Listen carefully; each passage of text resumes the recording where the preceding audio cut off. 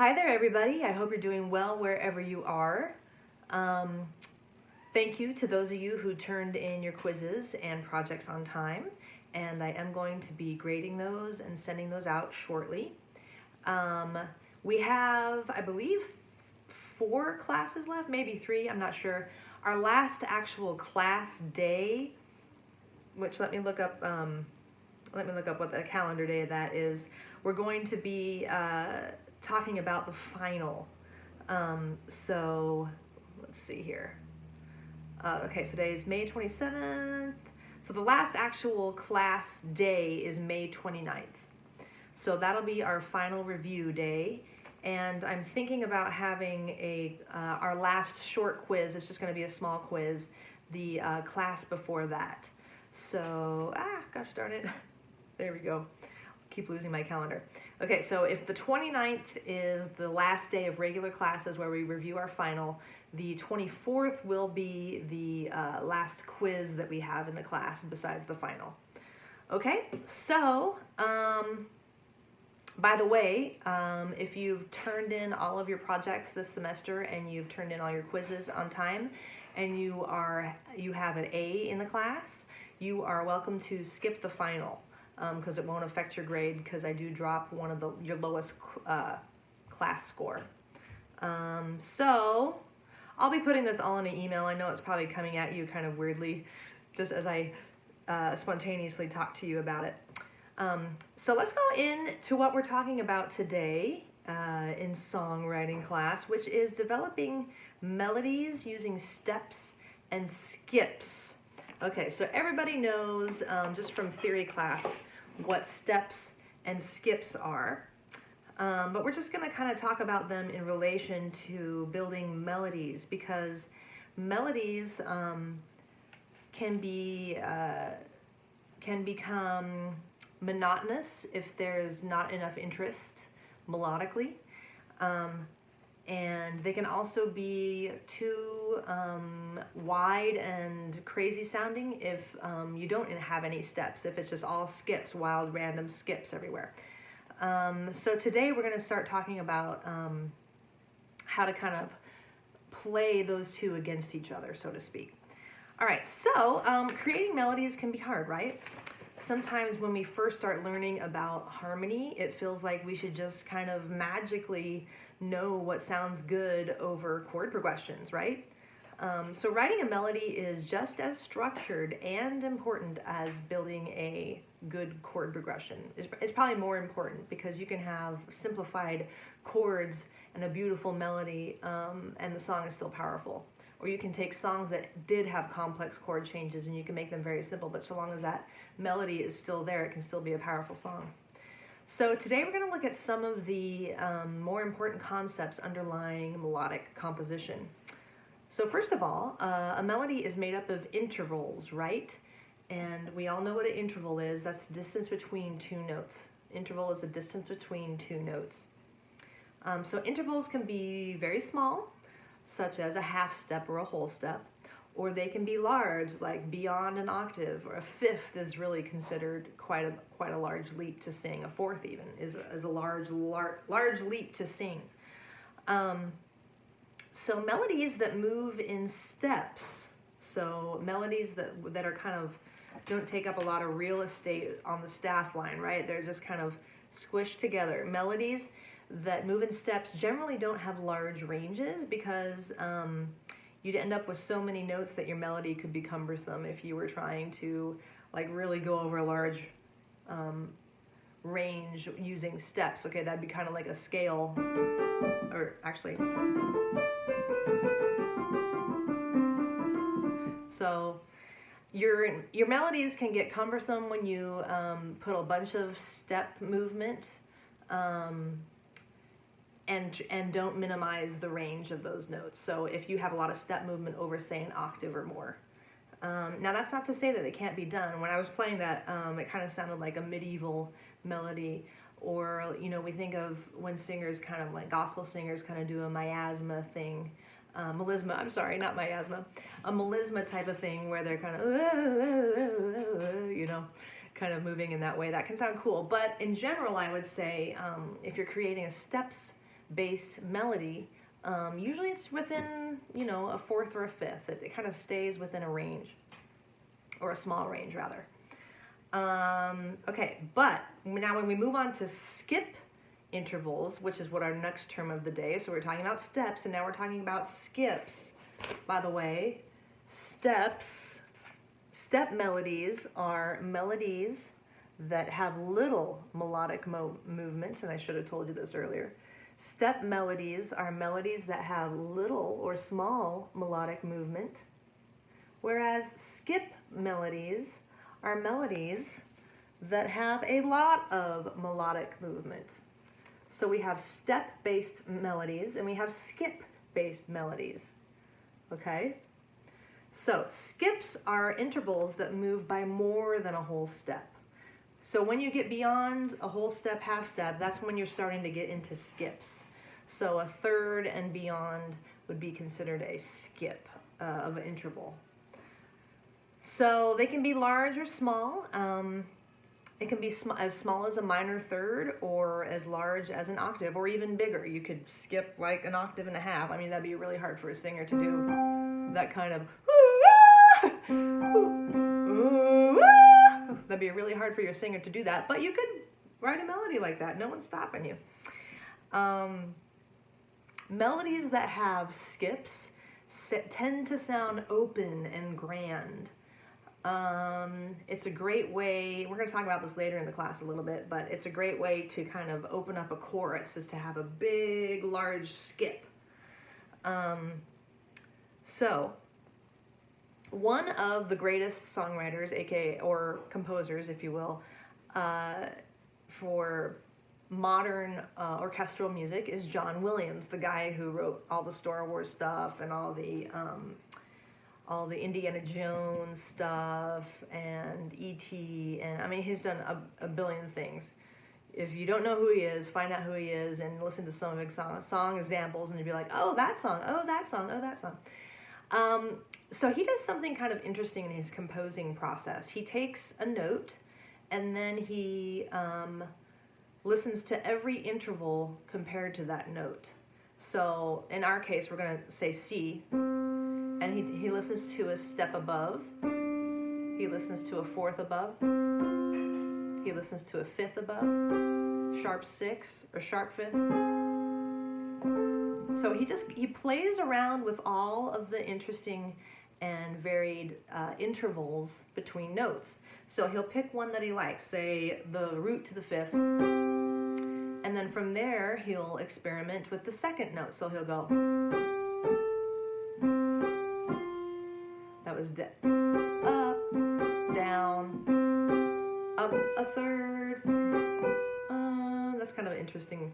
So he just kind of, that's how he builds melodies. So let's start with that. And then from that third note, we kind of go down, or we go up, or we go way down. That's kind of neat. So that's kind of how John Williams develops his melodies. Or so I heard. If you're watching this, John Williams, and this is not true, just write a little comment or send me an email. So that sounds very John Williams to me. So that's C, G, B, E.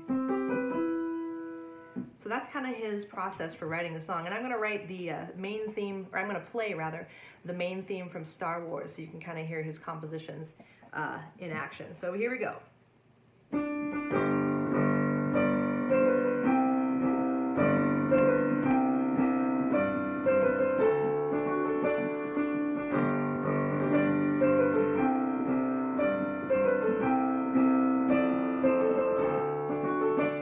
Played badly, but you get the vibe, right? That's quite a leap, and it's a really interesting melody, right? Okay. So, and you can really hear within this melody where he deviates from the norm. So that's a relatively normal, or common, I should say, interval. But when he goes all the way up there, that's the surprise.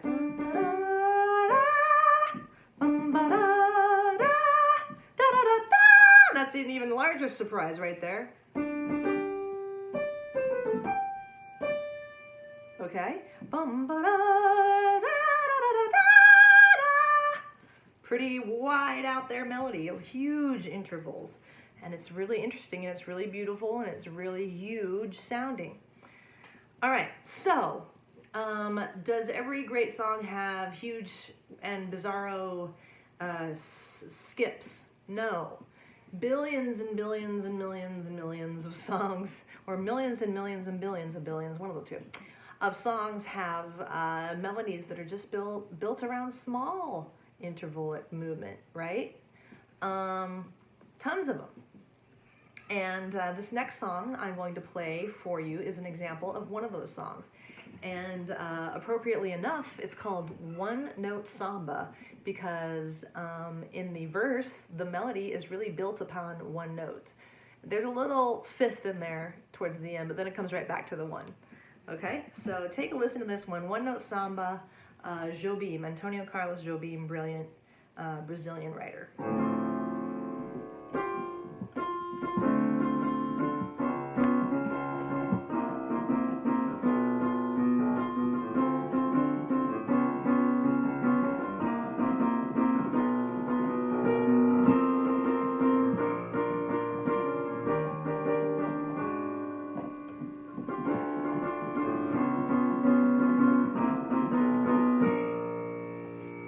So you hear that one note?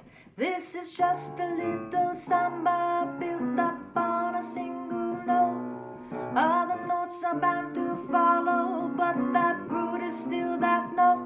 Now the new one is a consequence to the one we just been through, as I'm bound to be the unavoidable consequence of you.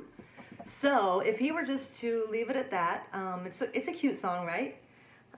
But he does something really interesting on the other section of this song, which is he goes all over the place. That's what he does that's interesting. So let me sing this for you. There's so many people who can talk and talk and talk and just say nothing or nearly nothing. I have used up all the skill I know, and at the end I'm gonna do nothing or nearly nothing. There we go. So that is all over the place. That is what we were talking about earlier, a step melody that goes quite a large, goes over a large range, I should say. I'm having trouble describing this and trouble talking. I swear I'm not drunk. Okay, so let me play this whole thing for you once again. This is just a little samba built upon a single note. All the notes are bound to follow, but the root is still that note. Now this new one is the consequence of the one we just been through, as I'm bound to be the unavoidable consequence of you. There's so many people who can talk and talk and talk and just say nothing or nearly nothing. I have used up all the skill I know, and at the end I'm gonna do nothing or nearly nothing. So I come back to my first note, as I must come back to you. I will pour into that one note all the love I feel for you. Anyone who wants to share any thoughts or let it down, he will find himself with no show. Better play the notes you know. Great song. How creative. The lyrics are just as creative, although he wrote them originally in Portuguese, and then apparently Newton Mendoza. Well, that sounds pretty Brazilian. I don't know if this is the correct writer of the English words, but anyway, some dude came along and wrote some English lyrics to that song, and they're very clever. Okay, so we have, once again, step-based melodies and skip-based melodies. All right.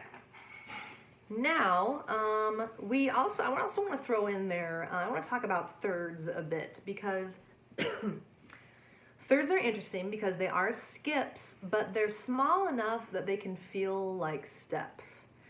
So I'm going to play an example of a melody that's based around thirds, and then I'm going to play a similar melody that is a skip melody, so you can just kind of contrast the two.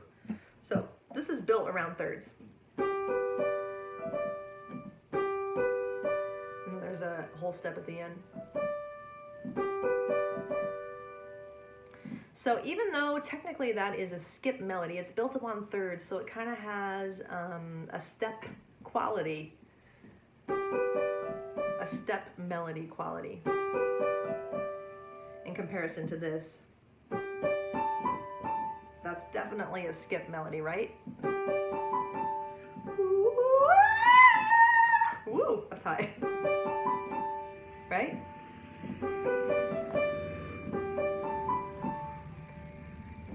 Okay, so I just wanted to throw that in there.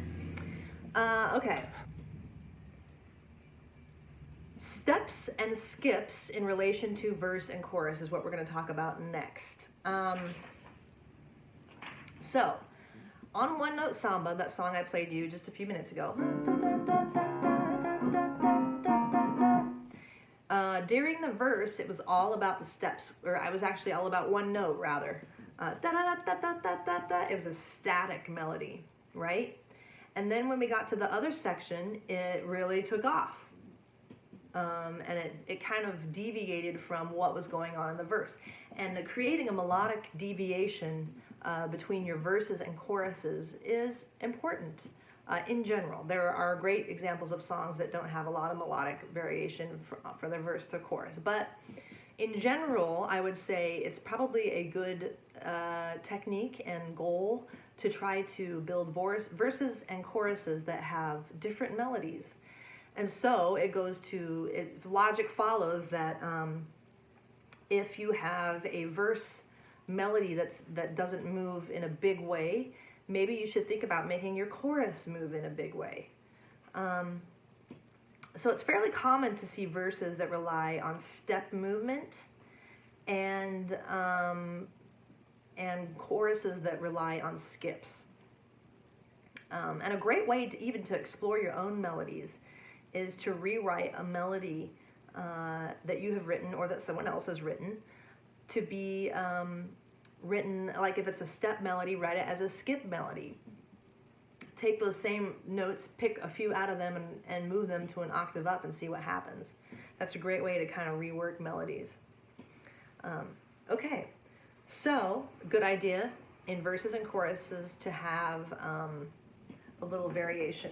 Now, if your verse has a lot of skips in it, maybe your chorus is static, and maybe your chorus has a bunch of steps in it. Another reason, or another example rather, of varying your verses from your choruses. I'm getting parched. I don't normally talk this much during the day because I'm usually staring at a phone or something. Okay. The next thing we're going to talk about, and I believe, okay, yeah. The next thing we're going to talk about is question and answer melodies. Question and answer melodies. So, I'm going to play you an example of a song. And we're going to listen to the melody, and we're going to pinpoint where the melody is asking a question and where the melody is getting some resolution or getting an answer, if you will. So these are called question and answer melodies. So in a melodic sequence, we have melodies that ask questions, and we have melodies that give the answer, give the conclusion. So in general, melodies that end on the root, the third or the fifth, so like 1, 3, 5, are answer melodies. And melodies that end on more open notes of the scale are considered question melodies. So in the key of C, if a melody ended like, say, like this, that ended back on the root. That is an answer melody. Now let's take a similar melody and make it into a question melody.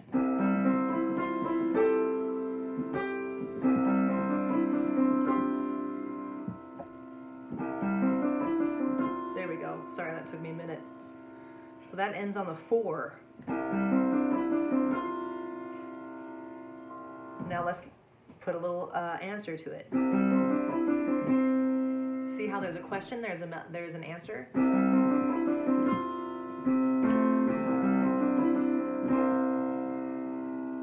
All right, and then there's an answer, a resolution. So the following song is a great example of question and answer melodies, and it's Lean on Me by the great Bill Withers, rest in peace Bill, and one of my favorite songwriters. And this song is just such a universal song that everybody can identify with, and it's a great example of question and answer melodies. So in the beginning,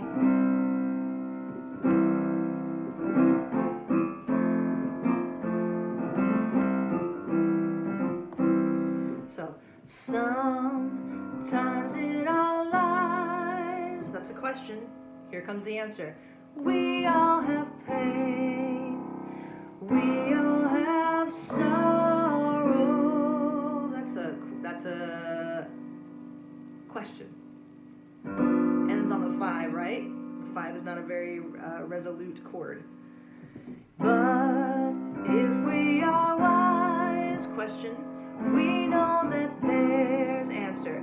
Always to mark, question, answer, tension, release.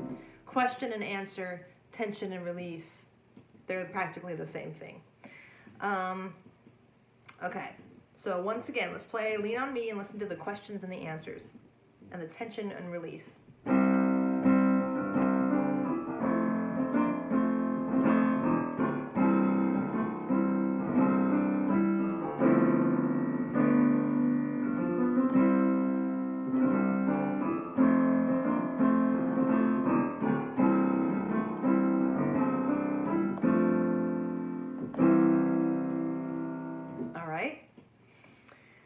Okay, so that's a question and answer melody. That's a great example of question and answer, release and tension and release.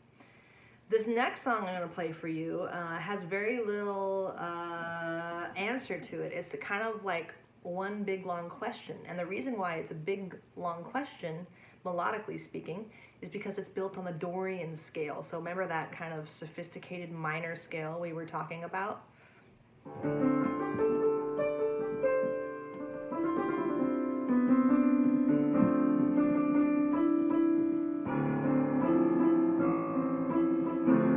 Actually, I'm going to take this in a different...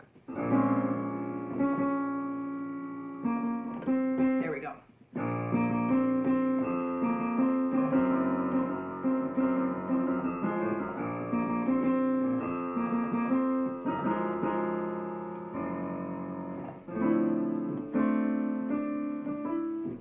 If I tell you now,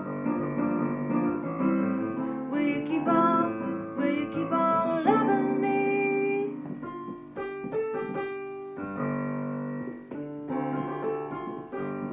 So that's Sweetest Taboo by Sade, another one of my favorite writers. If I tell you now, one big long question. Will you keep on loving me? If I tell you how I feel, just hanging on there, hanging on the 9th right there. Will you keep on bringing out the best in me? Okay, so that's a song that is a great example of just one big long question mark. So you don't always have to resolve your melodies. They can be left, but it's going to be a question mark. It's going to be a little tension, and that can be very cool when done in the expert hands of someone like Sade. All right, so that's what we're talking about today. That's about it. Steps melodies versus skips melodies. Let's see, third skip melodies that are kind of based on thirds, but they have a feeling of steps. Even though a third is not a step movement, it's a skip, but it kind of has a feeling of a step movement because it's not that big of a skip. Question and answer melodies, and then melodies that are just one big long question. All right, so I think that's all we're going to be talking about today. I hope you guys have a great weekend, and we are nearing the home stretch, y'all, and I know you are looking forward to getting done with this semester. So we're almost there. Hang in, we can do it. Have a great weekend. We'll see you later.